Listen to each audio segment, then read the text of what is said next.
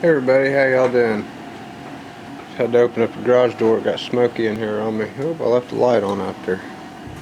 Gotta turn that off real quick.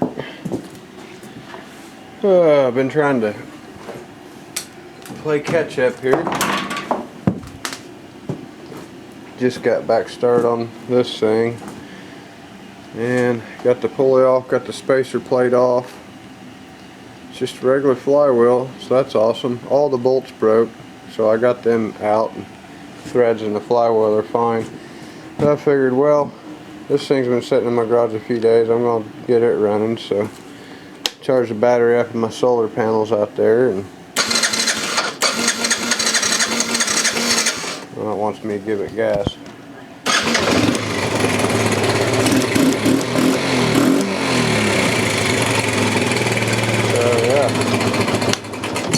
So that's done.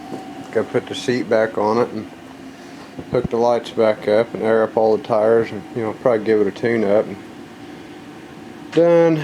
Get that out of my way. So that'll be awesome. I was going to use this clutch because it had a pulley on it, and I can utilize that for another alternator or something if I need to, or whatever. It's pretty decent low RPM clutch, but yeah, it's just, that's not going to work for me. It's got a tapered shaft. And what I was going to do is I was just going to cut the shaft right off that engine right there. That tapered shaft that the clutch came off of, I was just going to lop that off, weld it to the hub I built. But instead of doing that, I'm like, well, I got a guy that's wanting that engine, Crazy Dave Builds, I think's his name. Dave, he wants that engine. So I'm going to ship that to him, the engine and the other freaking starter generator thing that's on that piece. But so I didn't want to cut that crank off because I figured he probably needed it, and I didn't want to mess with calling him and asking him or making a video and asking him whatever. So I was like, well, I got other clutches. So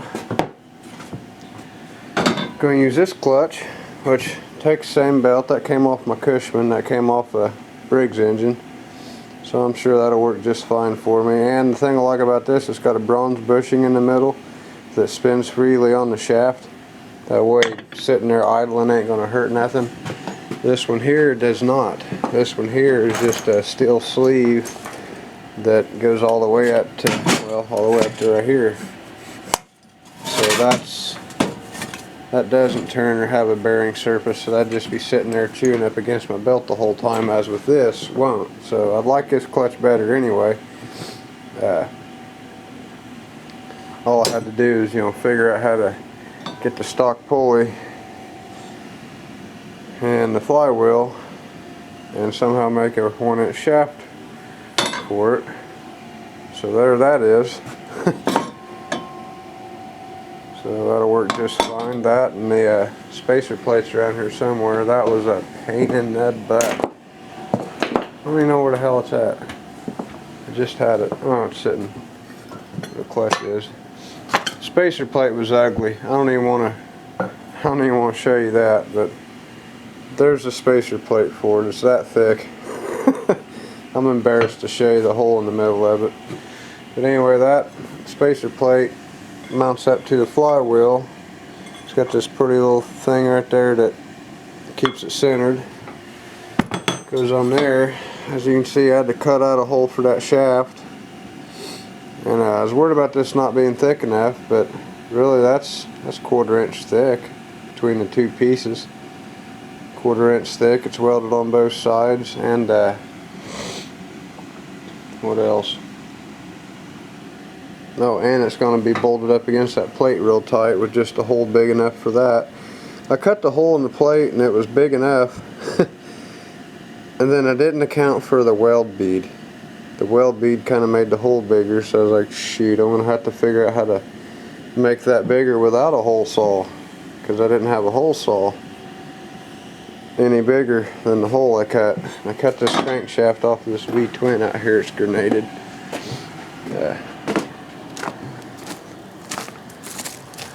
Naughty boy.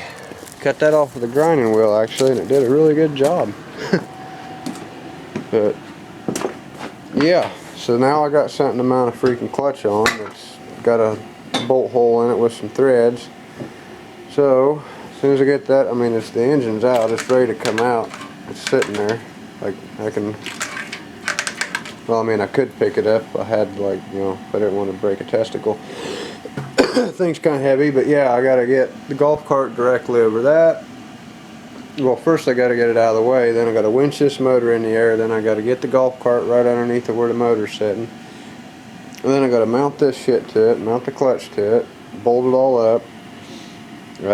First I gotta find some Loctite, because I don't want that to come loose, that would suck. And I'm hoping like hell this pulley already had a 1-inch hole in it, so this shaft fit right through there like perfectly in that 1-inch hole, to where I just sat it on that and set it on something where the edge of the pulley didn't touch, that way it's sitting flat, and just tacked it. And then I chucked the tap up in here in the drill. I ran a tap in there the size of these threads, and then I chucked it up in the drill and then just spun it to see if it was straight. So it's good enough. But yeah, that's about it for this update.